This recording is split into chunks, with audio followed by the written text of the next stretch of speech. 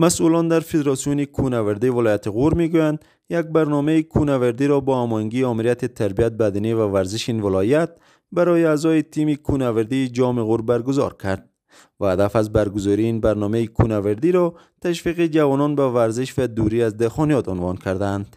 فدراسیون کوهنوردی ولایت غور هماهنگ با آمریت ورزش این ولایت برنامه کوهنوردی را بین اعضای تیم کوهنوردی جام غور در سلسله کوههای جنوب شرق این ولایت برگزار نمود که خوشبختانه توانستیم بلندترین قله آن که بالای ارتفاع 3480 متر ارتفاع داشت موفقانه صعود نمودیم. و هدف از برگزاری این برنامه ورزشی کوهنوردا ترویج فرهنگ کوهنوردی بین ورزشکاران و تشویق جوانان به رو آوردن و ورزش و دوریشان از دخانیات. از سوی دیگر شماری از اعضای تیم کوهنوردی جام غور با استقبال از برگزاری این برنامه از فدراسیون کوهنوردی این ولایت خواستار تداوم این چنین برنامه شدند.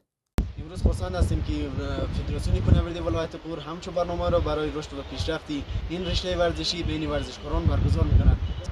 امروز آمدیم امروی ورزشکاران به کوهنوردی یک تشکر خاص میکنم از استاد نسیم خورم که همچون برنامه را در سطح ولایت غور برای می‌گذارند. این در حالی است که با صعود تیم کوهنوردی ولایت غور این قله 3480 متری جنوب شرقی غور را به عنوان یک نماد ورزشی به نام قله آسمایی نامگذاری کردند.